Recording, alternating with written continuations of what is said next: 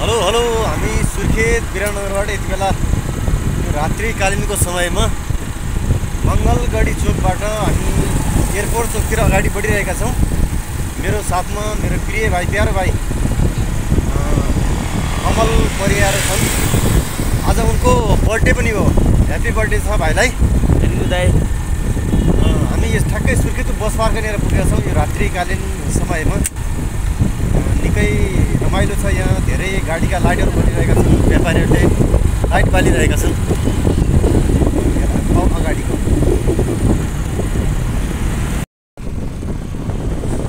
यो बस पार्कदेखि अगाडिको दृश्य हो।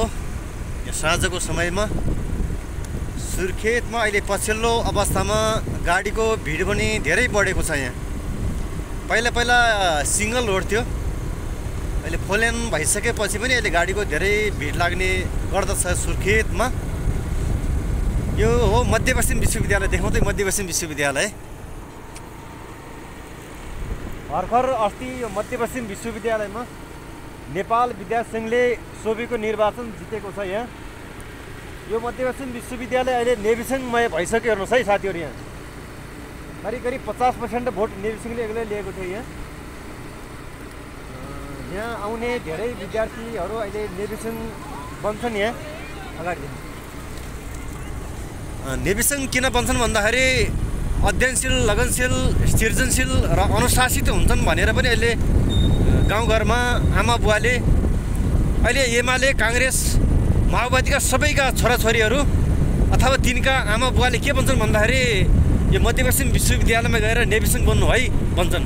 किन भन्छन् भन्दाखेरि नेविसङ्घका विद्यार्थीहरू, नेविसङ्घमा लागेका विद्यार्थीहरू पढ्नमा धेरै ट्यालेन्ट हुन्छन्, लगनशील हुन्छन्, अनुशासित हुन्छन्, स्वाभिमानी हुन्छन्, आफ्नो भविष्य उज्यालो बनाउनका लागि कर्ममा विश्वास गर्छन् भन्ने छ। त्यस कारणले गर्दाखेरि पनि आमा बुवाहरूले चाहे त्यो एमाले भए पनि अहिले चाहिँ नेविसङ्घमा लाग्नुपर्छ है भन्ने सन्देश गइरहेको छ। यो सोभि सदस्य यहाँनिर हुनुहुन्छ एकजना हाम्रो प्रकाश सिंह। यो भिडियो बनाउने मेरो प्रिय भाइ कमल परियार हुनुहुन्छ यो रात्रिकालीन समयमा।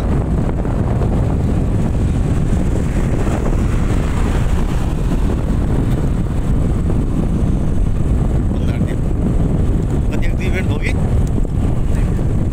2 मिनट। यो मोटर दुई पाङ्रा गुरेर झ्याप्पै रोक्यो मायालाई देखेर। सुर्खेतको बस घर बजाउँदै घुम्ती मोडेर। तल छोडिदिएको तिमीलाई